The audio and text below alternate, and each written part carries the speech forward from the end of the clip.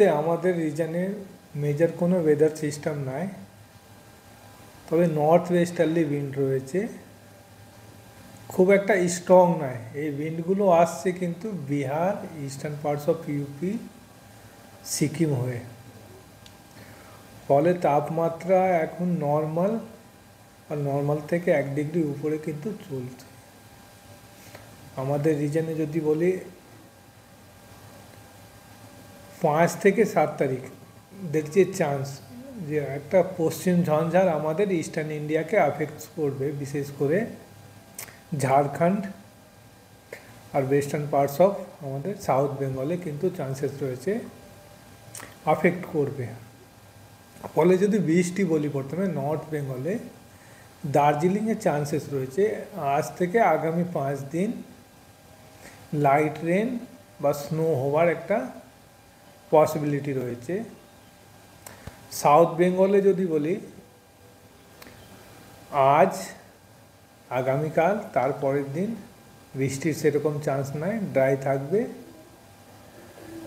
5 তারিখ 6 তারিখে চান্সেস রয়েছে পশ্চিমের জেলাগুলো, বিশেষ করে পুরুলিয়া, বাঁকুড়া, 2 বর্ধমান, বীরভূম, মুর্শিদাবাদ, ঝাড়গ্রাম আর ওয়েস্ট মিদনাপুরে তো লাইট রেন এক্সপেক্টেড।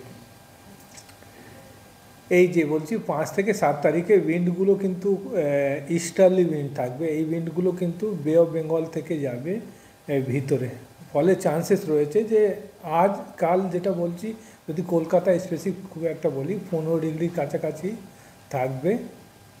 শুক্রবার থেকে চান্সেস রয়েছে যে তাপমাত্রা বাড়বে কিন্তু, আর উইকেন্ডে সোমবার পর্যন্ত চান্সেস রয়েছে 18 ডিগ্রি কাছাকাছি কলকাতাতে টেম্পারেচার উঠবে।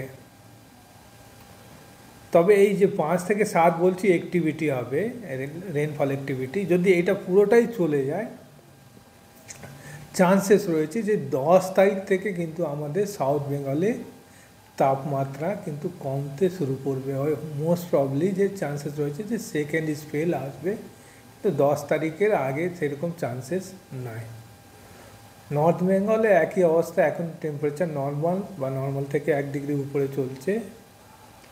টেন্ডেন্সি রয়েছে যে দার্জিলিংয়ে যেটা বললাম যে লাইট রেন বা স্নোর চান্সেস রয়েছে, ওখানেও চান্সেস রয়েছে 8 তারিখের পর কিন্তু তাপমাত্রা নামতে শুরু করবে।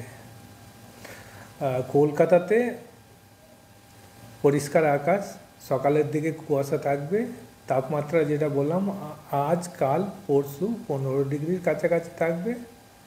তারপরে কিন্তু তাপমাত্রা বেড়ে 18 থাকবে কয়েকদিন। 10 তারিখ থেকে ফল করার একটা পসিবিলিটি, খুব একটা স্ট্রং পসিবিলিটি দেখা যাচ্ছে।